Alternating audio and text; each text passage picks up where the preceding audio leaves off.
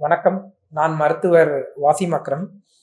நான் Thomas hospital புளியங்குடியில் அனஸ்தீசியாலஜிஸ்டாக இருக்கேன். Anaesthesiologist அப்படின்னா என்னென்னா, தமிழ்லனா மயக்கவியல் நிபுணர். மயக்கவியல் நிபுணருடைய வேலை என்னென்னா, ஹாஸ்பிட்டலில் மயக்கவியல் நிபுணர் எல்லா இடத்துலையுமே அவங்களுடைய வேலை எல்லா இடத்துலையுமே இருக்கும். எந்தெந்த இடத்துல அவங்களுடைய வேலை இருக்குன்னு பார்த்தீங்கன்னா, தீவிர சிகிச்சை.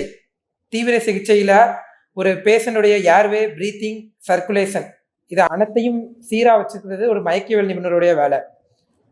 அதுக்கப்புறமா அறுவை சிகிச்சையில் முக்கியமாக வலி இல்லாமல் எப்படி ஆப்ரேஷன் பண்ணலாம். மயக்கம் கொடுக்கறதுலே ஒரு 4 வகை இருக்கிறது. என்னென்ன வகை இருக்கிறதுனா, முதல் வகை ஜென்ரல் அனஸ்தீசியா, அதாவது முழு மயக்கம் கொடுத்து ஒரு பேஷண்ட்க்கு ஆப்ரேஷன் பண்ணுறது. முழு மயக்கம் கொடுக்கும்போது ஒரு பேஷண்ட்டுக்கு தலையிலிருந்து கால் வரை எல்லா இடத்துலையுமே வலி இல்லாமல் ஆப்ரேஷன் பண்ணிக்கலாம். இப்போ மருத்துவத்துறையினுடைய அபிவிருத வளர்ச்சினாலும் ஒரு விஞ்ஞானத்தினுடைய வளர்ச்சியினாலையும் ரொம்ப அப்டேட்டடான ட்ரக்ஸ் இந்த முழு மயக்கம் கொடுக்கறதுலே வந்திருக்குது. முன்னாடி மாதிரி ஈத்தர், குளோரோஃபார்ம் அந்த மாதிரி யூஸ் பண்ணிட்டு இருந்த காலகட்டம் இல்லாமல் இப்போது அப்டேட்டடான மருந்து மாத்திரைகள்னால ஒரு முழு மயக்கமே ரொம்ப சீக்கிரமாக மயக்கம் அடைவதும் ரொம்ப சீக்கிரமாக மயக்கத்திலிருந்து தெளிவதும் அப்படின்னு முழு மயக்கம் அந்த மாதிரி வந்திருக்கு.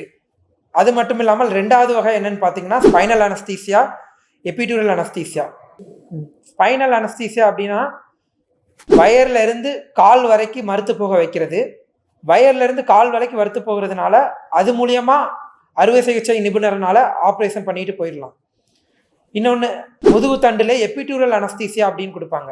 ஸோ இந்த எபிடூரல் அனஸ்தீசியா எதுக்கெல்லாம் யூஸ் ஆகும்னு பார்த்தீங்கன்னா, ஒரு பேஷண்ட் ஆப்ரேஷன் பண்ணும்போது வலி இல்லாமல் இருப்பது, ஆப்ரேஷன் முடிஞ்சதுக்கு அப்புறம் வலி இல்லாமல் இருப்பது.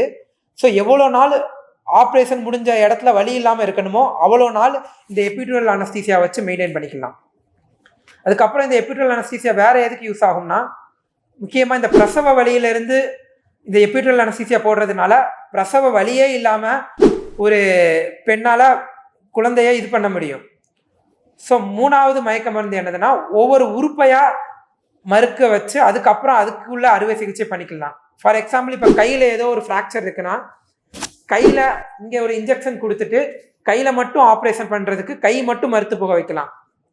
இப்போ கால் மட்டும் மறுத்து போக வைக்கணும்னா காலுக்குன்னு தனியாக எந்தெந்த நரம்பை பிளாக் பண்ணணுமோ அந்தந்த நரம்பை பிளாக் பண்ணி காலுக்குன்னு தனியாக பிளாக் பண்ணி அதனால ஆப்ரேஷன் பண்ணலாம். இன்னொன்று லோக்கல் அனஸ்தீசியா.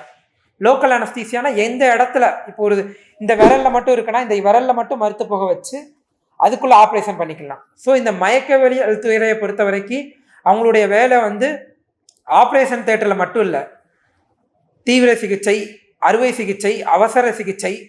இப்போ எம்ஆர்ஐ எடுக்கும்போதும் ஒரு சில பேஷண்டால கோஆப்ரேட் பண்ண முடியாது. அவங்களுக்கும் மயக்கவியல் துறையில் மயக்கம் கொடுத்தா தான் ஆப்ரேஷன் பண்ண முடியும். ஸோ அது போக சிடி எடுக்கிறதுக்கு அவங்களுடைய தேவை இருக்கும். வார்டில் ஒரு பேஷண்ட்டுக்கு இதய துடிப்பு சீராக இல்லை, ஒரு பேஷண்ட்டுடைய ரத்த அழுத்தம் ரொம்ப கம்மியாகுது, மூச்சு விடுறது கஷ்டமாக இருக்குது.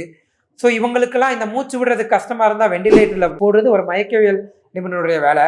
ரத்த அழுத்தம் கம்மியாக இருந்தால் அதை எப்படி இம்ப்ரூவ் பண்ணுறது, எந்தெந்த இன்ஜெக்ஷன் கொடுக்கறது, இதெல்லாம் முடிவு பண்ணுறது ஒரு மயக்கவியல் துறையோட வேலை. ஸோ அவங்களுடைய மூச்சு, அவங்களுடைய இரத்த துடிப்பு எல்லாத்தையும் சீராக வைக்கிறது ஒரு மயக்கவியல் துறை வேலை. ஸோ ஒரு மயக்கவியல் துறை என்பது வெறும் அறுவை சிகிச்சையில் மயக்க மருந்து கொடுக்கறது மட்டும் அவங்களுடைய வேலை இல்லை. அவசர சிகிச்சை, தீவிர சிகிச்சை மற்றும் மருத்துவமனையில் உள்ள எல்லா பகுதியிலையும் அவங்களுடைய வேலை இருக்குது.